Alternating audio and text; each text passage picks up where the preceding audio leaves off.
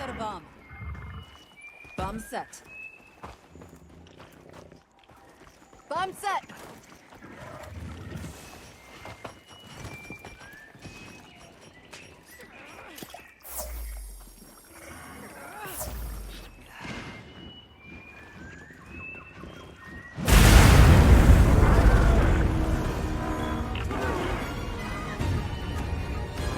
Welcome back to the channel, guys. It's your boy NextGenNero back with another review, man. Today we gotta talk about Monster Hunter Wilds, man, and why I think it's one of the best games that dropped this year. Right now, it's definitely my front runner for Game of the Year. This is actually my first Monster Hunter game I have ever played, guys. I never played any Monster Hunter game in the past, but I'm a huge Capcom fan, especially with the work they've been doing this generation. They've absolutely been killing it, man, from Resident Evil 4 remake to Resident Evil 8. Dragon's Dogma 2 was probably one of my Game of the Year contenders last year.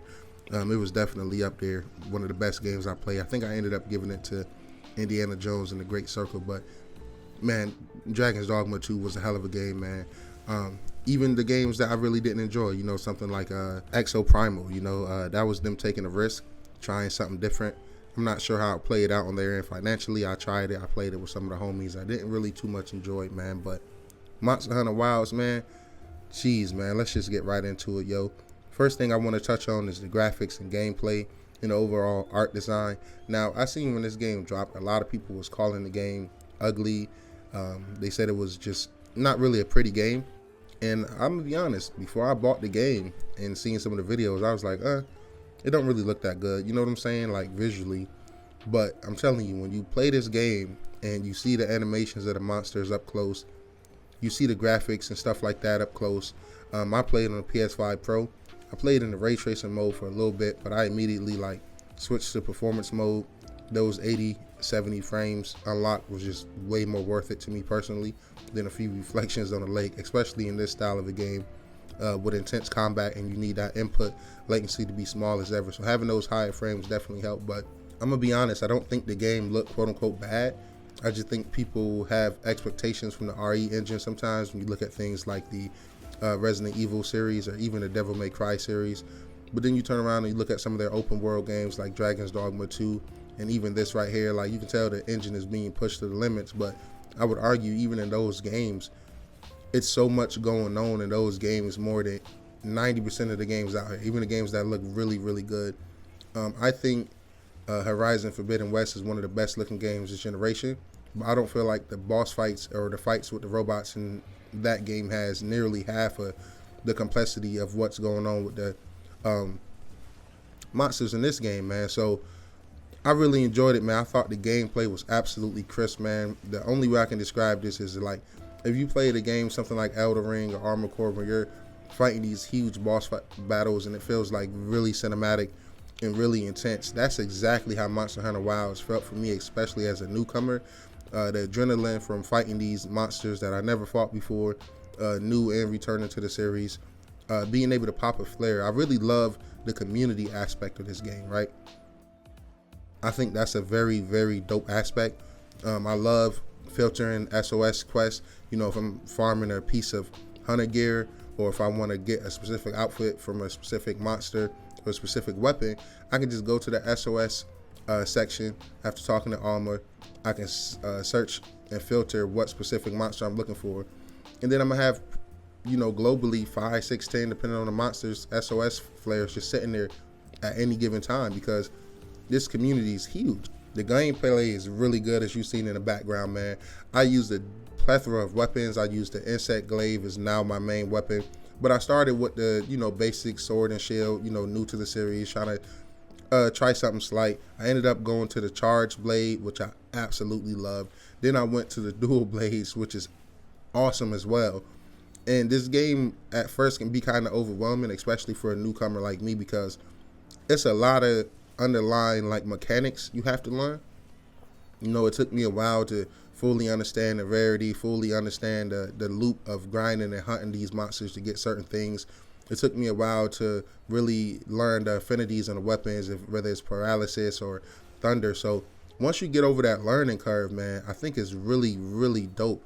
And second thing I want to touch on is the music and sound design, because between the way the monsters look when you're fighting them, you know, being in sync with your teammates, whether it's homies or just random people that join the quest, and the sound that these monsters make is absolutely amazing. And when you get the music going with the monsters and just everything is in sync, you can really feel like you're in a trance. So I just wanted to touch on that very briefly. I really think the music and sound design as a whole was good, man. Capcom absolutely nailed it, in my opinion, with the graphics, gameplay, art design, music, and sound design. And just the last thing I want to say on graphics is people have to understand that graphics is more than just looking realistic. You know, we got our games like GTA and Red Dead Redemption, which is A-okay, but different type of art styles is also unique. You know, Ghost of Tsushima is one of my favorite games to bring up because that game isn't necessarily realistic, but as far as the art design and the art style that game uses, absolutely amazing.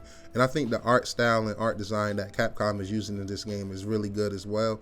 Could it have used a little bit more optimization on weaker consoles and just all around the board? I definitely think so. I would not excuse that, but I can only speak on what I played, and on the PS5 Pro, it's definitely been a smooth, great experience. No crashes in my 40 plus hours, no none of that.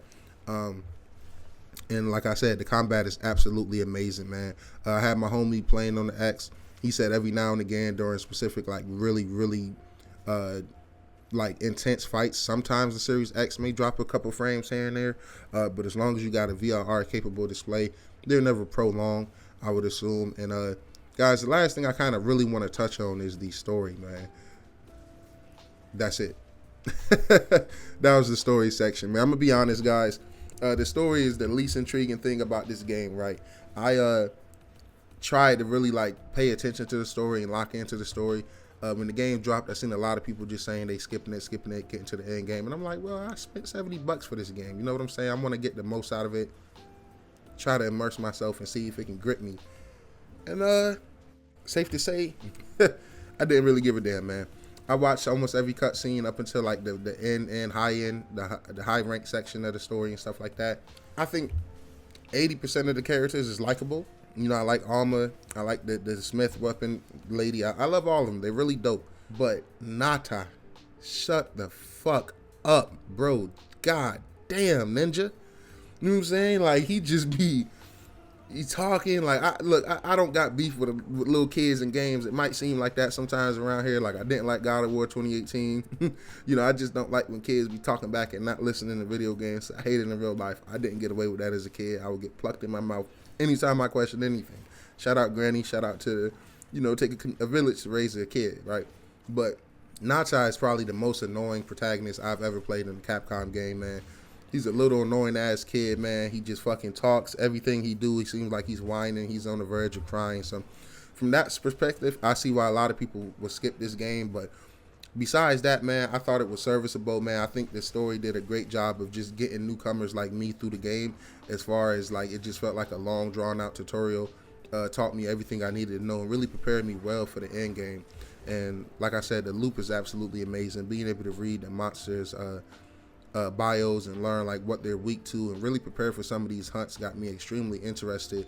If you know Capcom, they tend to support their games really well, except for Dragon's Dogma 2. Like, Capcom, please give us some DLC or expansion, anything. I am begging you. Take my monies. But outside of that, Capcom pretty much got a good roadmap for this game, man. They recently had a update where they added new monsters and stuff like that. They added a higher tier and higher rarity of these monsters coming real soon. I think they call them tempered or something like that. The homie was telling me, man. So Capcom absolutely killing it, man. So far, this has got to be my game of the year just for overall value. I love Assassin's Creed Shadows. I'm enjoying Split Fiction, not Splitgate. But it's a lot of great games I've been playing so far this year, man. But as far as dollar for dollar value and what I'm getting on screen, what I'm getting with these fights, what I'm getting with the grind, and just feeling like I'm getting my money's worth, I absolutely love that, man. And that's one of the things I loved about Helldivers as well. It's just the sense of community, man. I absolutely love a game that has a good sense of community. That's what I used to love about the Halo franchise before it just became dormant like it is now. And that's what I used to love about the Apex community as well. But guys, it's been your boy NextGenNero, man. Please make sure you leave a like, hit that subscribe button, and I'll catch you guys in the next one. Peace. And let me know below, are you enjoying Monster Hunter Wilds? Are you not enjoying it? Do you plan on skipping it? Did you enjoy prior Monster Hunters in the past? Would you like to team up with your boy NextGenNero? It's Jxymarley on PlayStation, PSN, and NextGenNero Xbox. Make sure you leave a like, subscribe, comment. I'll catch you guys in the next one.